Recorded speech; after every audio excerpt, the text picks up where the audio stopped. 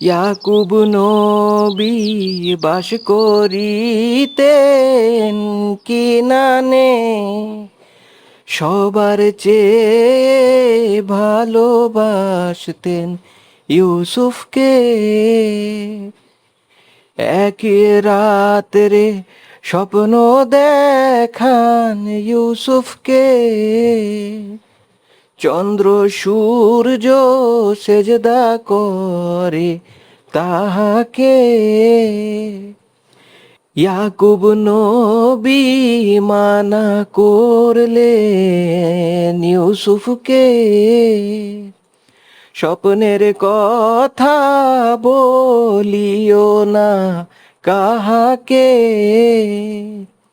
ইয়াকুব নবী বাস করিতেন কিনানে, সবার চেয়ে ভালোবাসতেন ইউসুফকে। মাশাআল্লাহ, এই গজলটা আম্মার কণ্ঠে অনেক শুনতাম। আজ তোমার কণ্ঠ শুনে চোখে পানি এসে গেল বাবা। আমিও এটা আমার কাছেই শিখেছি, আমার অনেক ভালো লাগে এই গজলটা। ঠিক বলেছ। আচ্ছা, এখন আরেক গ্লাস শরবত দাও তো। তোমার গজল আর শরবত দুটোই কিন্তু অনেক ভালো। শুক্রিয়া চাচা, সবই আল্লাহর দয়া। তা অবশ্য ঠিক বলেছ। আচ্ছা, আমার শরবতটা তৈরি করো বাবা।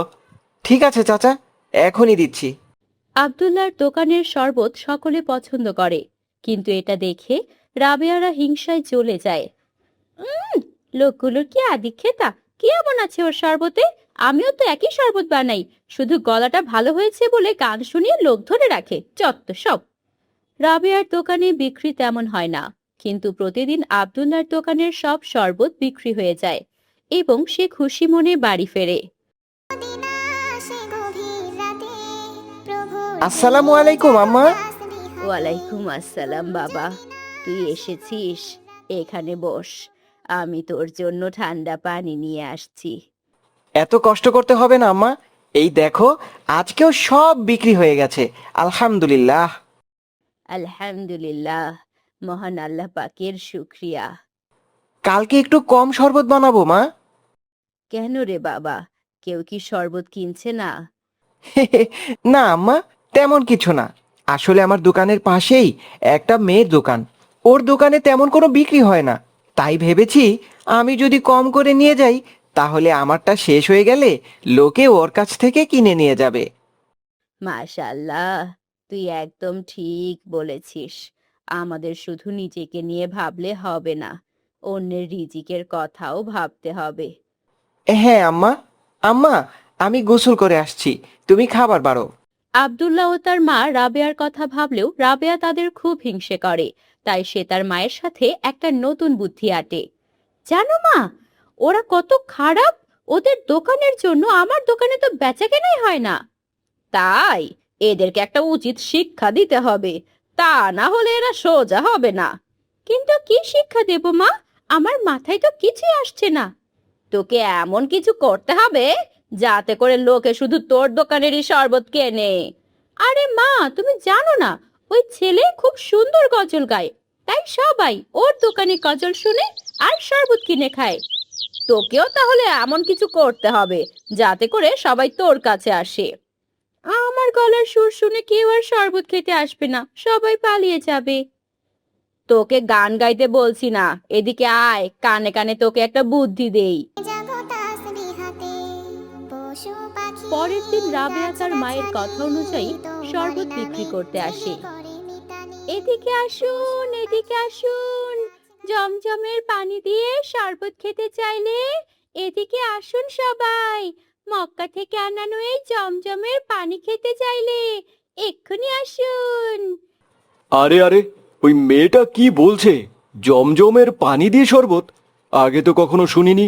গিয়ে দেখি তো একটু। এই মেয়ে, তুমি কি জমজমের পানি দিয়ে শরবত বানিয়েছো?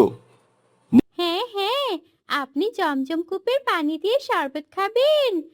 নিশ্চয়ই খাবো। দাও, আমাকে এক গ্লাস দাও দেখি। একটু অপেক্ষা করুন, এক্ষুনি দিচ্ছি। এভাবে একের পর এক কাস্টমার রাবেয়ার দোকানে আসতে থাকে। এদিকে আব্দুল্লাহর দোকান একদম ফাঁকা। তার দোকানে বিক্রি না হয় সে বাড়ি চলে যায়। এভাবে দিনের পর দিন যায়, কিন্তু আব্দুল্লাহর দোকানে আর তেমন বিক্রি হয় না। আব্দুল্লাহ ও তার মা দুশ্চিন্তায় পড়ে যায়। বাবা, ঘরে যে আর একটুও চাল নেই। তোর দোকানে কি একটুও বিক্রি হয় না? শুধু কি ওই মেয়েটার দোকানেই হয়?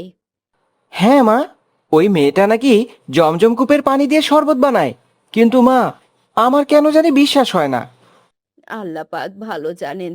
ও যদি মিথ্যে বলে তাহলে ওর শাস্তি ও পাবে। তুই সব সময় সৎ থাকিস বাবা। আল্লাহ সত্যবাদীদের ভালোবাসেন। ইনশা আল্লাহ। আম্মা, আমি সব সময় সৎ থাকবো।